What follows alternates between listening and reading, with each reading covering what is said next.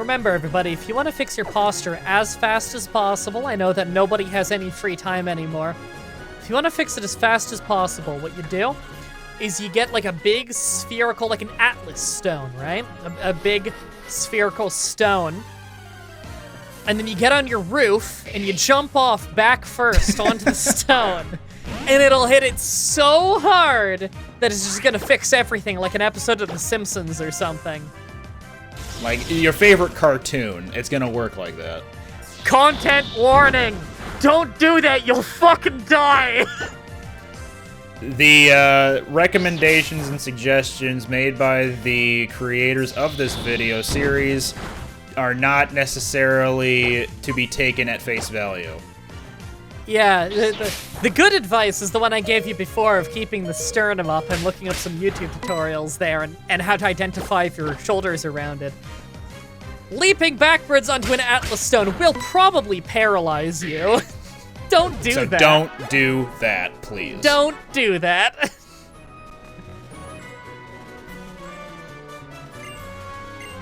Thanks for the great ball, buddy. Not your buddy, dude. Not here, dude. Bro? Garden you. I don't know the whole sequence from South Park. I don't remember anymore. What was the thing? Zwilus. Yikes. What was the whole thing from when we were doing Xenoverse?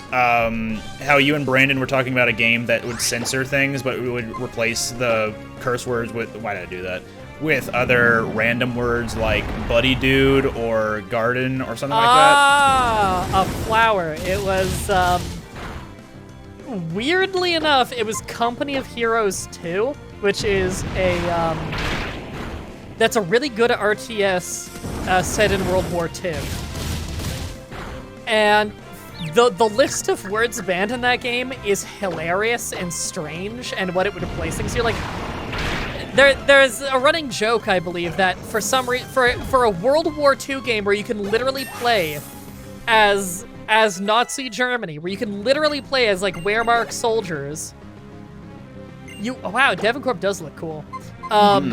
For a game where you can literally play as Wehrmacht soldiers, you can't say Hitler. It's censored.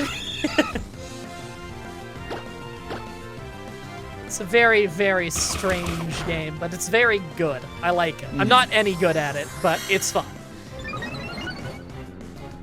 And if anybody likes the gameplay style of Dawn of War 2, it plays a lot like that. Same developers. I'm partly worried about this this random trainer's Persian. So there's a trainer in the original games that had a +1 to Minen. And it was... I got to that trainer, their things were replaced with Zwilus, the pseudo-legendary from Gen 5, the middle stage of that, and Persian. Persian also knew Quiver Dance, which is Calm Mind plus a speed up, and it also had Hyper Voice, which was Stab special move, so it had a +1 to special attack. It used a Stab special move at like 80 or 90 power, I want to say.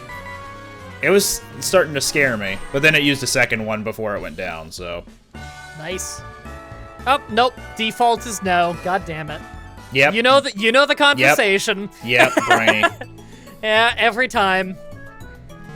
Okay. And Chips Ahoy. That's a good cookie brand. I like the chewy Chips Ahoy. This is not a sponsorship deal. I just really like chewy Chips Ahoy. What's wrong with that? Sponsored by Chips Ahoy. Makes your dick small. Chips Ahoy, now available in Micropeen. Chips Ahoy. Don't sponsor me, I'll ruin your product. Can I still get a silk scarf from this dude? Hell yeah, I can. Awesome.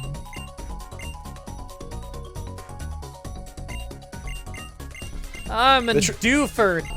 What was your opinion on the Trick House growing up? It's alright, I guess. It's kinda cool. I was always fascinated by it for some reason growing up. Like, my favorite part of coming to this route was always to do the trick house. Yeah, I don't think I paid much attention to the trick house, but I'm sure I did it when I played Sapphire casually. I think the constant allure was that it kept updating as you progressed through the game, so you could always just come back there and get a new challenge. Yeah, I will say that's pretty cool. I'm sorry, am I not allowed in? No cutting in line for the Granite Cave. Yeah, you have to go fight Brawly first. Oh, okay. TM for Flash? Oh no! Yeah, that one's kept the same because of it being a field move. Oh, and I totally forgot. Okay, so I mentioned earlier that Granite Cave is actually just 2 rooms. But to the left of that hiker that gives you the Flash TM, there's actually a path you can go up with the Mach Bike. I saw. Yeah, so the rest of the dungeon is actually up there, but it's totally optional now. I always kind of liked that a lot of Pokemon games have dungeons that you don't really need to go into the depth of it, but if you want to come back later with a new HM, there's like cool shit to explore. Like Gen 2 had a lot of that, and I really like that. Mm-hmm. It's a lot of traditional RPG dungeon crawling, and that's really fun. Yeah, like what was it? Mount Mortar? Is that the name of the one between Mahogany and Ecruteak, yeah. That's the one where you get Tyrogan, right?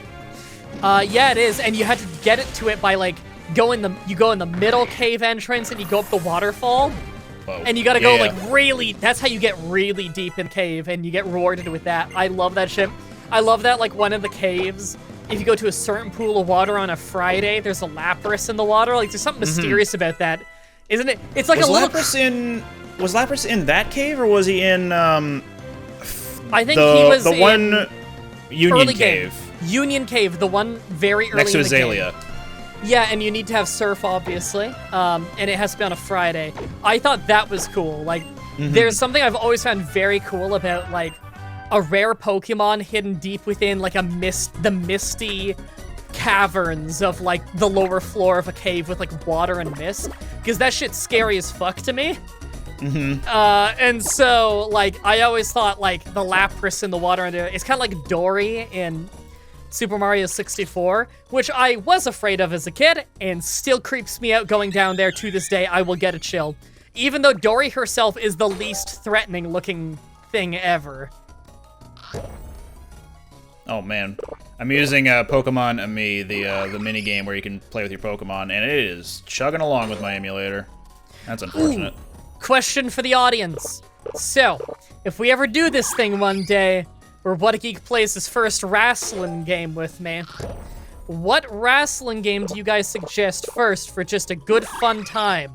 So I'm assuming that the most suggested things are going to be dependent on the age of the people saying it, but the ones I'm suspecting are WWF No Mercy. That's a lot of people's favorite wrestling game. That was an N64 one that was a really good pick up and play, kind of a little bit arcadey. I'm guessing a lot of people are going to recommend early PlayStation 2 ones. You know, SmackDown vs. Raw through SmackDown vs. Raw 2008. That had a lot of good games. Dave Reckoning 1 and 2 on GameCube. Those were really good. I wonder what people are going to recommend the most. I don't think anyone's going to be fighting hard for us to play WWE Raw on the Xbox, I almost said Xbox One. The original Xbox, because that sucked. What was the NES one that you and Shally played forever ago? Oh, WCW Wrestling, and it's that's not right, because it had a redundant name. Yes, it was an NES, like 1987, I think. Now, it was very good for its time, actually. Like, it's actually kind of a fun pick up and play goofy NES game, but it's the literal name of the game on the main screen is WCW Wrestling. So it's World Championship Wrestling. It's pretty wonderful. I even made a highlight video of it way back when. Yeah, it's actually a really fun game. That company's not in business anymore, if you're wondering. The WCW. They got bought by WWE in, I think it was mid-2001. So now is it WWE WCW? Should be. That'd be amazing. There is a successor company to WCW out there. It just started last year. It's called MCM. Yes. It's called AEW, All Elite Wrestling. And right now, I'd say week to week, might be my favorite wrestling show right now. It presents wrestling in a very different way from WWE. And that's just something that I resist wing. What? Okay. Resist wing is like a really weak, I want to say iron. Okay. Right, so,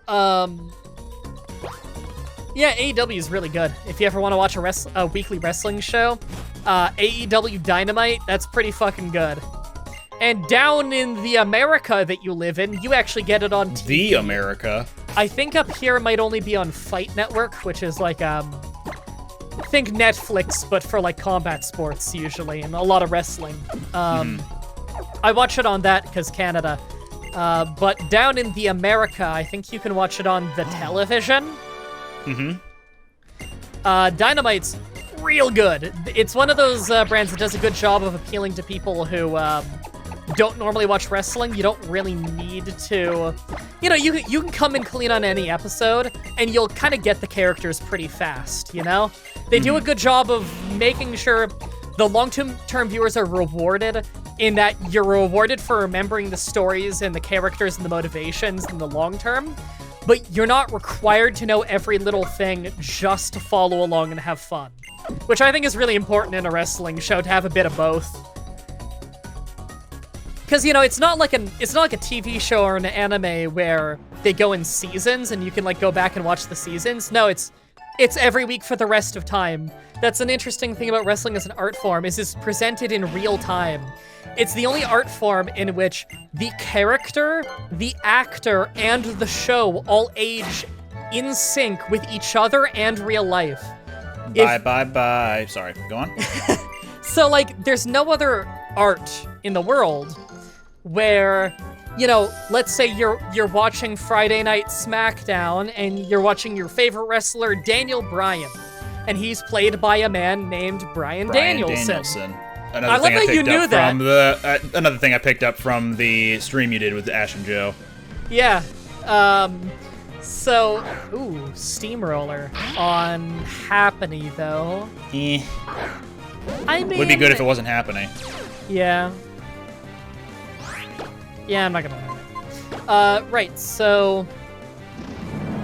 Let's say you're watching Daniel Bryan. He's doing a storyline and everything on SmackDown. And then you watch the next episode of SmackDown.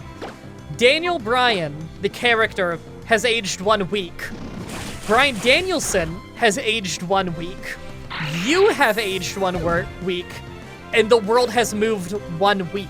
The characters are moving in real time. So are the actors. And so is the world. And so... it's the only art form that is consistently and can only be told in real time, which I think is very fucking cool. Yeah, that is a very unique circumstance for most shows nowadays. Yeah, like if a wrestler gets injured, like they get a legitimate injury, that can derail a storyline, and they have to find a way to change it on the fly. Legendarily in pro wrestling, often plans for the show are not finalized until during the show itself, because they need to be that flexible and adaptable. You never know when something's gonna happen, you know? So it's awesome. I fucking love wrestling. It's such a unique form of art. There's just nothing quite like it. It's the halfway between Shakespearean theater and like a live action shonen anime that doesn't suck. Perish the thought. Something like that doesn't suck? Yeah, I know, right? That's basically what Japanese wrestling is. I think I've talked to you about that before, about how the history of Japanese wrestling and the history of manga are closely tied. Yeah, is the reason I believe that. Yeah, there's such a history and culture of sports manga in Japan. And, you know, like, I'm sure you know manga better than I do. I'm sure you've heard of Legendary Grappler something. No, unfortunately, I actually haven't. It's a age-old fight anime and manga that is based, where the main character, Buckeye, I think is his name, something like that, he is based off Antonio Inoki, which is a Japanese wrestling legend. In Japan, they generally respect pro wrestlers more than over here. In that, like, in Japan, for instance, Antonio Inoki was a cultural figure to the point that he actually has done, like, he works for the Japanese government. He actually did the negotiations with Saddam Hussein for the return of Japanese prisoners from Iraq. Yeah, that's how big a fucking deal Antonio Inoki is. Antonio Inoki also went to North Korea to wrestle in front of a North Korean audience. Sponsored I was really hoping you were by... going to say he was going to wrestle Kim Jong-il. No. It was during Kim Jong-il's reign, though, and he went there to try and calm North Korean and Japanese tensions because his trainer, I believe it was, Antonio Inoki, was a guy from Korea. Sent out a Pikachu instead. Yes, that's what he did. Main Do Sleep Relic song on a Clefairy? Oh, that's a Meloetta. Not... Yeah, that's a Meloetta signature move. That's pretty good. Well, goodbye, Quick Attack. I now have Ice-type Relic song. Hell Weird. yeah. Well, I took down Brawly in 2 hits. Not bad. His whole team with Eruption. I get the feeling I'm gonna start Magby's getting gonna some help sleeps. you progress very quickly now. Oh, yeah. And I got the TM for Curse. I don't know how much use I'll get out of that. So, sorry for interrupting you, but the Antonio Enzuigiri in Korea. Right, Antonio Inoki. Anoki, my bad. It's okay. So, I believe it was his trainer, Ricky Choshu? No, that was another guy. I'm blanking on names, sorry. I'm a little bit rusty on my Japanese wrestling history. However, Antonio Inoki, his trainer was a guy who he was alive in Korea before the split, and he lived in Japan most of his life, and he was a wrestler who died kind of young, but he's considered the father or the grandfather of Japanese pro wrestling.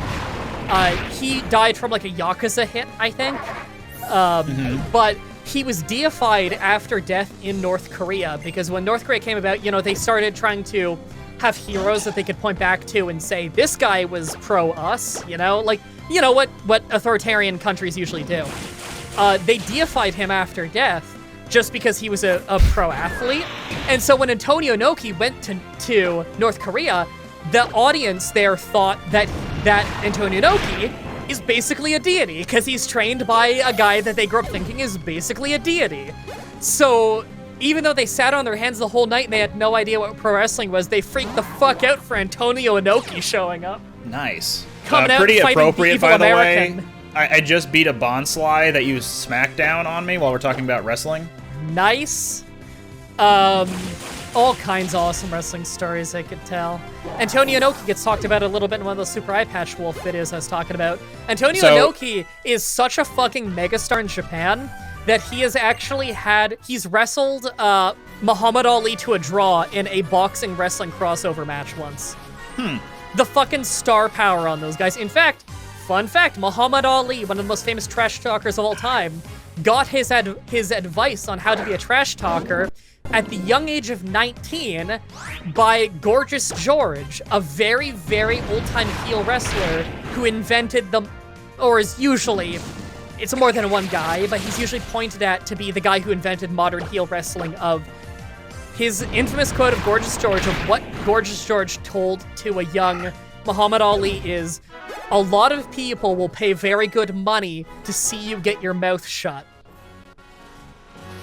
People want to see you lose if you make them hate you, and so they'll pay the price of admission to see you. And that makes you a very wealthy man. That is what Muhammad Ali learned from Gorgeous George. And it paid off? Oh yeah! Muhammad Ali, most famous boxer in human history, because he was amazingly talented and he could trash talk with the best of them. And now he's an icon. Yep. He is a world-renowned athlete. Oh, thanks for the TM for Steel Wing. Or that's what he called Nightshade, at least. Yeah, he called that, he called Grudge, I think, that for me. So Antonio, is it Inoki or Noki? Anoki. It sounds Anoki. a little Italian, doesn't it? A little Antonio bit, yeah. Enoki. It's a good name though. If you were to look at a picture of him, you'd probably realize a lot of anime characters are subtly based on him and his giant chin, because he is the most chiseled anime motherfucker you've ever seen. Like, motherfucker is like 6'6", ripped to shreds Japanese dude with his giant chin and his silky, amazing hair, and like, oh my god, you can see why a country was obsessed with this guy. Like, holy shit, what an athlete that guy was. That's my other name. And he's still around today. He founded New Japan Pro Wrestling. Mm-hmm. Yeah, so there's some more Inoki history. Nice. The reason I bring it up is Enzuigiri. because I wanted to address the reason why I messed up his name before, and it's, again, because of that stream you did with Ash and Joe. By the way, people at home, go watch that, because I put it on as background noise, and it's lovely to listen to every time. Awesome. It's because at the beginning of the stream, Joe made a joke about, a Joe joke, that Pokemon began because of wrestling, and then you followed it up with, it was because of Antonio Inoki's Enzuigiri. Is that the name of the move? That was his finishing maneuver that he invented. Yeah. So now you know your history, people. Yep. The reason Pokemon exists is because of Antonio Inoki. Yeah, I believe the joke I made was that he kicked someone in the head so fucking hard that it caused like a ripple in space and time and created a whole new art. Like, Antonio, it's a move that's used a lot in wrestling nowadays. It's not really a finisher anymore, but it's basically he leaps in the air and kicks you in the back of the head. Enzuigiri is the mixture of the Japanese words for cut and I believe strike to back of head, and put together it vaguely means like cut back of neck, and the idea is it's supposed to be like a guillotine. His kick to the back of the neck was so lethal it'll take your head off. So that was the idea of the Enzuigiri. And yeah, it's a lot of people have a good looking Enzuigiri. Antonio Inoki's Enzuigiri take you straight to fucking Concussion Town the way he made that thing look so damn good. It's Antonio Inoki is a legend for a reason. He holds up. You can go back and watch there's a lot of old wrestling that you can go back and watch, and it looks a little hokey by today's standards, you know? Like, a lot of people, you go back and you watch Gorgeous George matches, and although they're very entertaining, they look very fake, and you wonder, like, how did the audience believe this was real? And the answer is, there was no full contact combat sport back then. The closest you had was boxing, so nobody knew what a full contact combat sport looked like. They'd believe anything, you know? Nowadays, we have, you know, MMA, and we have all kinds of combat sports now, so we know what it looks like. And so, modern pro wrestling has to be a lot snugger, and although there's many different genres of wrestling, and some is more realistic than others, the more realistic ones, and the majority of it, tends to be a little snugger, a little less goofy. At least in how they portray the actual moves. But some old guys really stand up because they took it very seriously on making it look legit. Antonio Inoki was one of those guys. He really wanted to always look legit. There's an infamous video you can go watch of a time that Antonio Inoki was fighting the great Antonio, who is a crazy person. He's this obese guy out of, I think, Ukraine, who is a power lifter. They had a show match, and the great Antonio just started fucking around and no-selling everything, pretending like it didn't hurt, basically. Which he didn't need to pretend, you know, they were... And the great Antonio Inoki was being a professional with him and not trying to fuck up this guy. But he just kept being so unprofessional with him and so uncooperative. And great Antonio kept getting him down and then punching him in the back of the head, like clubbing him for real. Because legitimately, like, when you see interviews with the great Antonio, he's not mentally all there. I think he had a problem with alcoholism. He probably thought he was in a real fight at some point because he seems like legitimately unhinged. But there's a very real point in the match where you see Antonio Inoki just say, "Fuck this." And when you watch the match, he just kills this fucking obese guy. Like, Yeesh. he just starts punting him in the head, where it's like, motherfucker. Like, you come to my sport and my company and you try to make me look like a fucking joke. And he just starts kicking him in the head and he goes down like a sack of potatoes. Oh my god. I love wrestling. I couldn't tell. All right, we're probably near the end of the session, right? Probably. Okay, how about we wrap it up here then, because I am dying in this heat wave. I got the door open, I got the AC cranked, I got the fan on me. Holy shit, the last few days. Every single fucking day in this godforsaken province. Oh my god, the other day I was watching SummerSlam, WWE, wrestling. I was watching SummerSlam with Fatima, and like, the whole theme of it's like, yeah, palm trees, like surfer music, and like beaches, and like that's like the graphics packages they have. And like every morning I go up to my Echo and I'm like, hey Alexa, what's the weather? And it's like, clear skies and thunderstorms, high of 32 degrees Celsius. And it's like, oh my god. That's Canadian having every summers here in season Ontario. the same day. That's what Southern Ontario summers are like. It's all hot thunderstorms. It's miserable. Mm-hmm. I learned that Vanillite, the ice cream Pokemon in this randomizer, has freeze dry. That could be really fun to use if I ever catch one, but this trainer was the one using it, so I don't know where I'll find another one. Also, Pokedex. I was looking at the Pokedex, and unfortunately, it's not updated to the Pokemon that you run into on random routes. So, like, I've been running into Mudkip, for example, but in my Pokedex, it just says Habitat Unknown. Oh, did you hit up the TM store at the Slateport Market? Oh, shoot, I haven't. Let me actually go do that. Sorry to okay. like, delay this. No, it's okay. No, it's okay. I thought I'd wander around a little while, wait for you to be in a good ending spot, and I just noticed they randomized these 4 TMs. Okay. Forest Curse, Blue Flare, 1,000... Blue Flare, holy get that. Okay, sure. I'm not familiar with some of these moves. Okay, 1,000 Waves? 1,000 Waves? Get that too. Okay, sure. That's all my money. Shadow Punch. Shadow Punch is cool. Maybe I'll get it later. I think it's Priority Ghost, isn't it? Why can I sell to a TM shop? Your guess is as good as mine. Huh.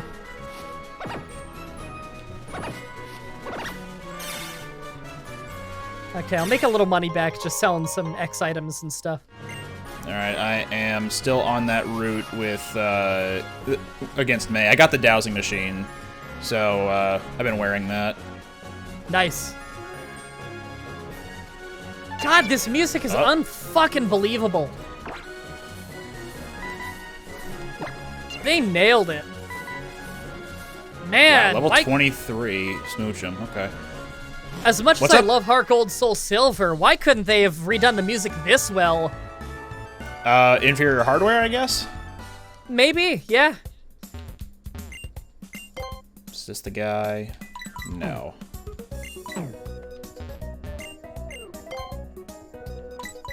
Where were the TMs in Slateport again? It was in the market? Market, yeah. Oh, Alakazite, just sitting on the ground in the market. Okay. Yeah, that's your Mega Stone for evolving for Mega Evolving Alakazam. Ah, well, I'm probably...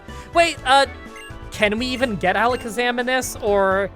I think so. Can trade ones... Okay, so the randomizer lets trade ones evolve? I believe so, yeah. I don't remember, because it's been a while since I've actually made the thing. Okay. But my TMs are kind of underwhelming. I got Swift, Bug Bite, Dragon Tail, and Vacuum Wave. Okay. At least that's a priority fighting move, so maybe I'll get that. Bug Bite, I guess. But not Dragon Tail or Swift, I have no interest in those. I'm just kind of talking to random people and hoping for items. I want random, like, TMs and stuff, you know? Yeah.